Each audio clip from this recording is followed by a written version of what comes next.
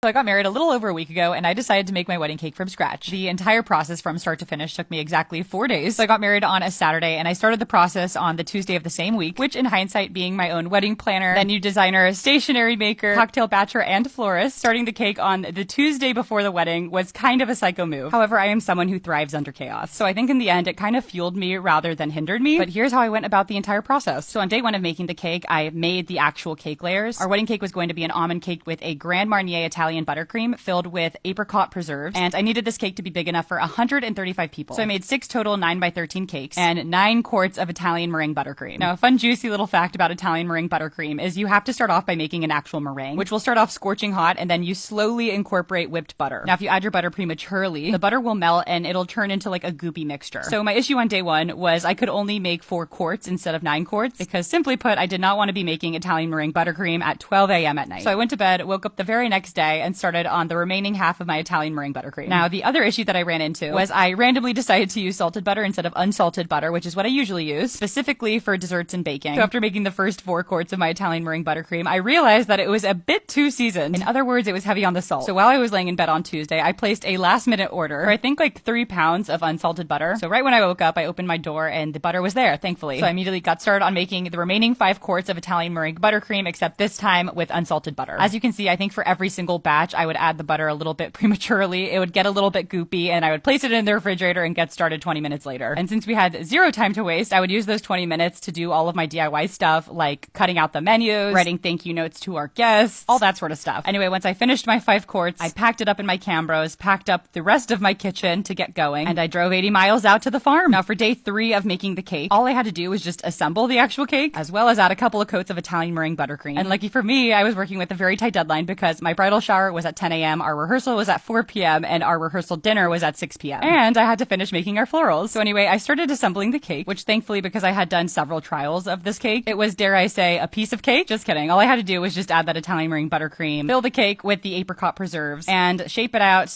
/ make it look decent. Because future me was going to finish the job on the day of her wedding. Now, once the cake layers were assembled and the initial coats of buttercream were added, I placed both cake layers in the refrigerator and got started on the rest of my day. Now, on the day of my wedding, I think I woke up at like 5 a.m. I had a bunch of other wedding tasks that I had to get done, but once I sat down to get my makeup done at 11, the wedding was at 4, by the way, my bridesmaids helped me pick out the sunflowers, take out the cake, clean the counter, whip up the buttercream. Like, I actually don't think I could have done it without them. But once my glam was done, and right before I got my hair done, I went into the kitchen and finished up the cake. To be completely honest, this was actually very therapeutic on my wedding day. Like, you have to remember, I love baking. Anyway, this was what I was going for. This is the cake that I had made in my trial a month before, and this is what I got. Now, if I had a couple more hours, I probably would have been a little more particular on the frosting job, but in terms of taste, it exceeded all of my expectations. Now, I was originally going to add a red string to signify the red string theory, but I ran out of time / I just did not have it in me to do that. However, once I got seated for dinner, my mom came over to me and she said, please don't be mad at me, but I added your grandparents' cake topper from their wedding in 1960. And considering they've been married for almost 64 years, I think the cake topper was 100 times more special. Anyway, the cake got demolished, the day was amazing, and the end.